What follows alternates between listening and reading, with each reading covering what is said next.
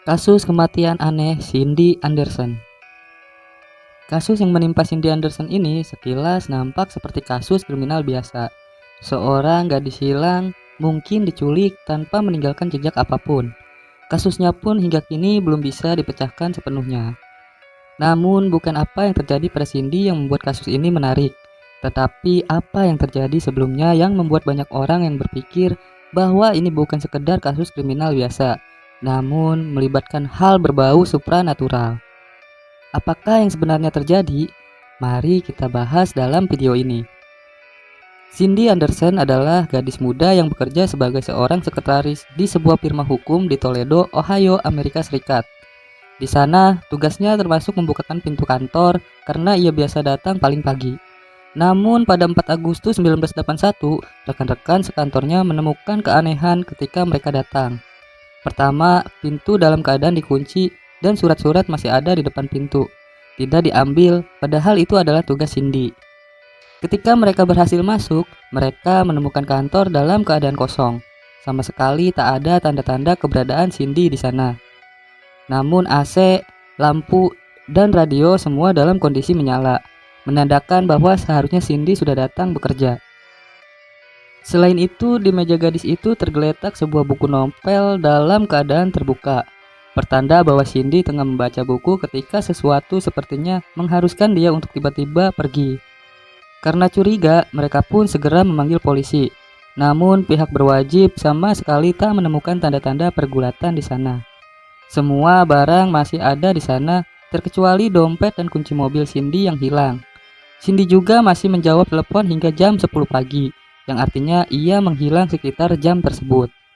Menghilangnya Cindy tentu saja membuat polisi segera menyelidiki kasus tersebut. Salah satu teman rekan Cindy kemudian mengaku bahwa sehari sebelum ia hilang, Cindy sempat mengangkat telepon dari orang asing. Namun begitu mengangkatnya, Cindy terlihat sangat ketakutan. Ketika ditanya apa yang terjadi, ia hanya menjawab bahwa akhir-akhir ini ia sering menerima telepon seperti itu.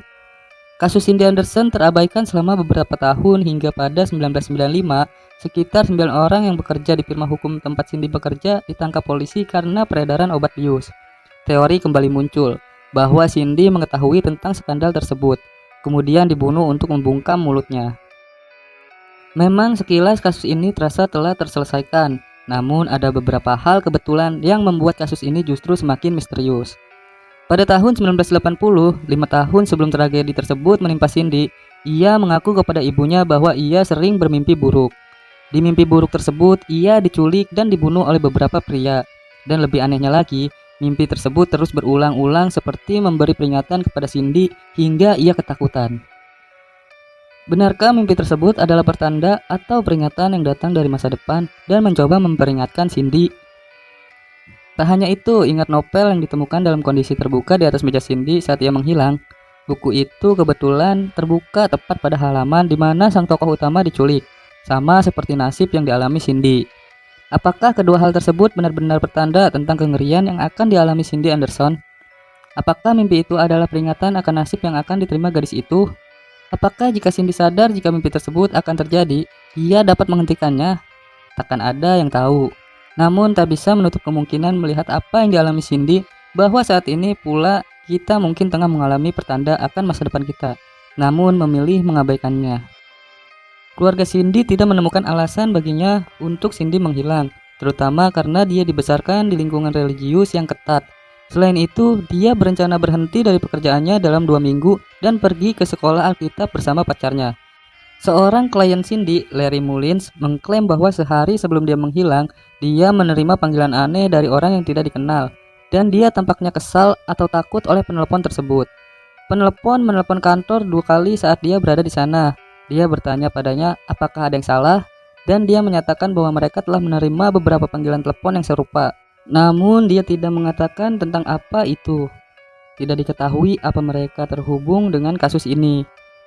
Polisi utama lainnya adalah tentang seseorang pria tak dikenal yang menulis I love you Cindy by GW di dinding dekat kantor Cindy. Dia pertama kali menyadarinya 10 bulan sebelum dia menghilang. Itu sudah terlihat selama 6 bulan sebelum akhirnya tutup-tutupi. Dia merasa terganggu ketika hanya beberapa minggu kemudian muncul lagi. polisi tidak yakin apakah itu ada hubungannya dengan hilangnya Cindy. Mereka menginterogasi sejumlah orang berinisial GW, termasuk petugas maintenance yang kebetulan memiliki kunci kantor di tempat Cindy bekerja. Namun tidak ada bukti yang bisa secara langsung mengaitkannya dengan kepergian Cindy. Pada 1981 bulan September, sebulan setelah Cindy menghilang, polisi menerima informasi tanpa nama yang menyatakan bahwa dia ditahan di luar keinginannya.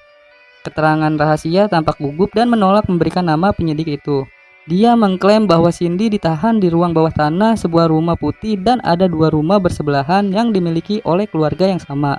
Rupanya mereka sedang berada di luar kota, tetapi putra mereka ada di rumah dan dialah yang menahan Cindy. Namun keterangan rahasia tidak memberikan alamatnya. Ketika penyidik mencoba menanyakan informasi lebih lanjut, panggilan itu berakhir. Beberapa menit kemudian, dia menelpon kembali. Ketika penyelidik lain mencoba mendengarkannya, dia menutup telepon lagi. Dia belum menelpon kembali sejak saat itu, dan tidak diketahui apakah informasinya benar.